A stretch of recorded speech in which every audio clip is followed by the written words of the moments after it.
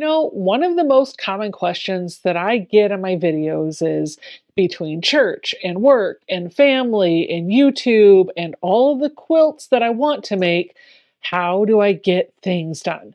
Well, we're going to talk about that in today's video.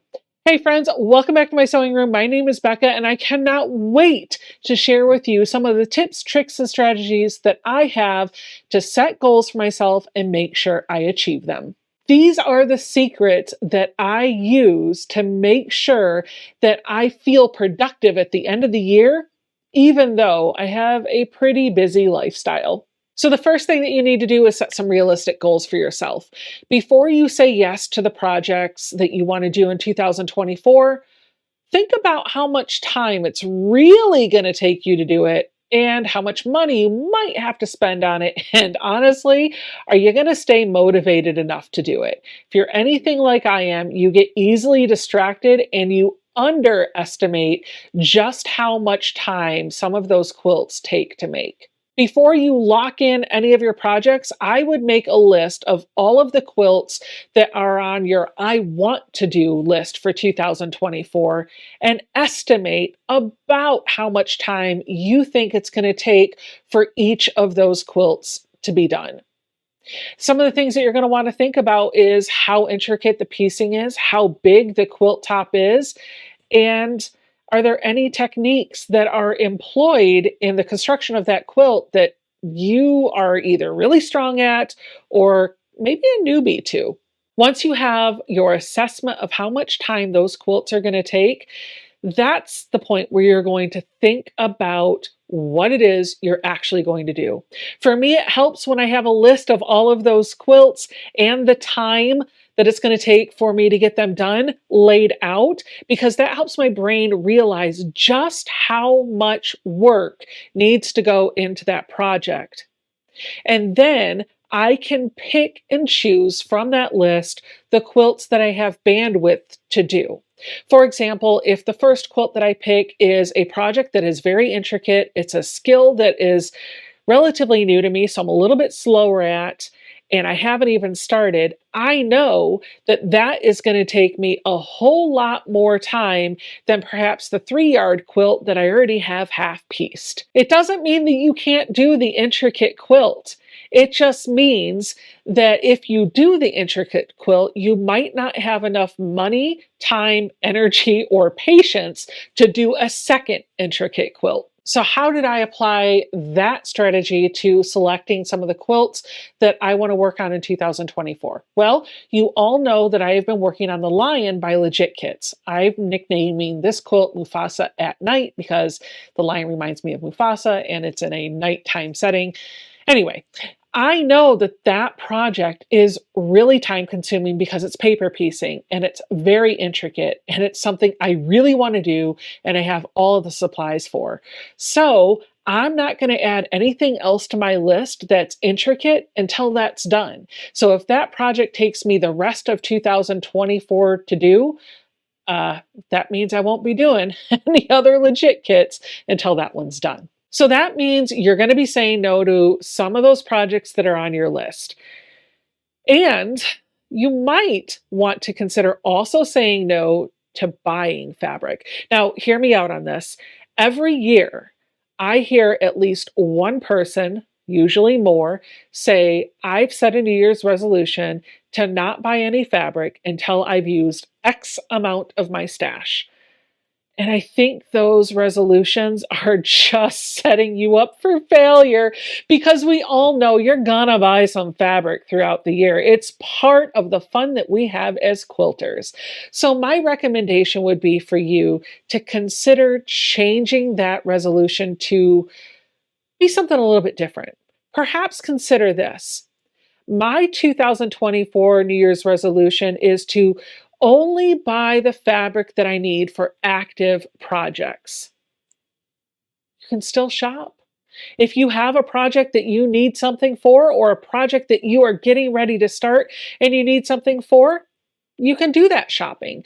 But it gives you the time and the energy to make an intentional purchase. And it also helps you meet the goal of sewing from your stash. Now, the tip about not buying fabric really doesn't help me accomplish more this year, but what it does do is keeps me from adding more projects onto my shelves that are hanging over my head because they're not getting started and not getting done. And it allows me to focus on the things that I said I was going to do this year. So, how did I apply that to my own goals? Well, the reality is, I know that the legit kit line that I'm putting together is expensive, but it is also very intricate and it's going to take me a while to do. So, when I looked at all of the UFOs that I had and all the projects that I bought to start, I did not add all of the really complex ones. And I actually made a goal for myself that I wasn't going to buy any other legit kits until the lion was done. Those tips are great at keeping your plate from getting overfilled and giving you this sense of guilt and pressure for not getting them done. And it allows you to focus on what you already have started. Most of us have a number of unfinished objects and work in progresses. We usually call those UFOs and WIPs. They're projects that we've already bought everything for. And honestly, we've usually already started, but they've halted somewhere along the way, or they're taking a little bit more time than we figured they would take. Either way, they're things that we should be finishing that we've already started. But I'm going to blow your mind for just a minute, because I don't think you have to finish something just because you started it. I do believe that you can declare quilt bankruptcy on a project if you decide that it's just not something that you can or want to finish. Declaring quilt bankruptcy is a relatively easy thing. It's essentially a moment where you just take a hard look at the project that you have and you're honest with yourself. Is this something that you have all of the resources for? Do you have all of the materials for it?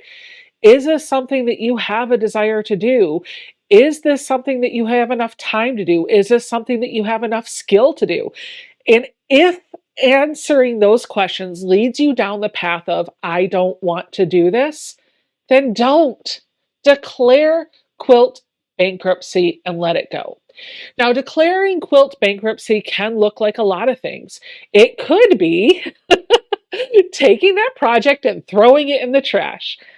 I probably wouldn't recommend that because you could use that fabric somewhere else. It could be taking that project and gifting it to another friend. There could be another quilter in your life that will be able to finish that project. It could even be as simple as cutting your losses, making the quilt smaller than its original intended purpose, and any fabric that's left over, putting back on your shelves to use for something else. This is a tip that I haven't applied to 2024 yet, but might as my projects unfold. But I did apply it to a project in 2023. I did a video in the fall of 2023, which I will link in the show notes down below. In that video, I revealed a finished designer mystery quilt that I had to take another direction on. You see, when I signed up for the designer mystery quilt, I got all the blocks, but somewhere along the way, I forgot to buy the finishing kit. So last year, when I sat down to get that quilt finished, I didn't have what I needed to finish the quilt. So I thought on my feet and I got to work. I took all those blocks, put them into a different layout, and I had a quilt top finished. Was it how it was supposed to look? No, but it's a finished quilt that I get to enjoy. It's going to look a whole lot better once it's quilted and bound than sitting in a box waiting for me to figure out how to finish it later. And by the way, there are a number of ways that you can finish a quilt. If you've signed up for a mystery quilt or a sampler quilt and you've made 12 or 16 blocks, all of the same size, look on Pinterest for sampler quilt layouts. There are a ton, and they'll give you the inspiration that you might need to finish your quilt. The whole moral of this point is your quilt, when it's finished, does not need to look the way you thought it was going to look in the beginning. Could be the same quilt, but smaller, or it could be something completely different. Fallon, by the way, is applying this whole quilt bankruptcy thing to her sewing room this year. She has a video where she shows you how many unfinished quilts she has, and I won't ruin the surprise for you. You'll want to check that video out. It's in the show notes down below, so just hop over there after you're done watching this video to see hers. She's going to take you through step by step how she decides which of those UFOs she's going to keep and which are going to be paid forward to another quilter to be done at a different time. If your quilt top is done and the only thing stopping you from having the quilt finished is getting it quilted, I'll give you a tip. There are tons of small businesses out there that would love you to help support their business. Personally, for me, I work with Beth from Goody Goods. Periodically throughout the year, I will take inventory of all the quilt tops that I have created, and I'll decide, is this a quilt that I just need finished and somebody else can quilt? Is this a quilt top that I don't have a purpose for? It was just a quilt top I had to make. Or is this a quilt top that I want to quilt? If it's a quilt top that I want to quilt, I keep it and I will eventually quilt it. But if it's a quilt top that I don't need to have finished, I'll pay that quilt top forward to another quilter that can quilt it themselves. If it's a quilt top that I need to have quilted and it's not one I have to do, then I'll hire Beth and she will get that quilt done at a reasonable price in a fair amount of time, and she always does impeccable work. If you want to hire her to quilt some of your quilt tops, by the way, I will link to her website in the show notes down below. I'm sure somebody out there is going to ask the question, Becca, if you have a long arm, why are you hiring Beth to finish your quilts? And it all goes back to bandwidth and capacity. If I have a pattern I want to write, a quilt top I want to make, a video I need to record and edit, and a quilt that needs to be quilted, and I don't have enough time to do all those, something has to drop. Well, the thing that's going to drop for me is finishing the quilt unless it's something I really want to do. Personally, I think this is a win-win. I get some of my time back so that I can make the other things that I'm obligated to do or want to do, and a small business gets to earn a little bit of money by making my quilt all done. After you've identified all the things you're going to work on, it is time to get to work. Now, those things are not going to make themselves. So you do want to prioritize some amount of time in your sewing room as frequently as you can, or as frequently as needed for the amount of projects that you have. If you don't get a lot of time in your sewing room, just be honest about that when you are assessing the load of quilts that you're going to do this year. Once you know what you're doing, I find keeping lists help me remember what I said I wanted to do or needed to do. I love my memory, but it ain't so great. I will forget things if I don't write it down. And so for me, I find those lists are particularly helpful. A list for you could be something as simple as just a plain notebook and a pen from the dollar store. It could be one of those fancy and expensive planners from Erin Condren, or it could be something super fancy like some software from Monday.com or Jira that are all designed around decomposing projects into bite-sized manageable pieces. Personally, I love Jira for decomposing my quilt project into individual tasks. That works out really well for me. But I know not all of you are into using Jira or Monday.com to do that type of a thing. And that's where this next part comes in, particularly helpful. I have designed a pack of PDFs. There are 12 pages in this package. All of them are designed to help you keep tabs on the quilts that you are making and entering in quilt shows, or even just thinking about. All of these pages are available as a single purchase for $10 in my Etsy shop, and the link to this product will be in my description box down below. Once you get the PDFs, you can print off the pages that work for you and put those in a binder to make your own personal planner that works for your brain. I've worked really hard to think of all the things that you might want to know. And by the way, there is a page in there designed to help you recap your quilt. So if you fill that sheet out after you finish every quilt, almost like an after action, you will eventually have a scrapbook of all of the quilts that you completed. Now, you don't have to kill trees to make this planner. These are PDFs that you can also import as paper templates into GoodNotes, and you can use them in a GoodNotes notebook. If that's something you're interested in, let me know in the comments down below, and I would be more than happy to do a tutorial on how to get these planner pages into GoodNotes.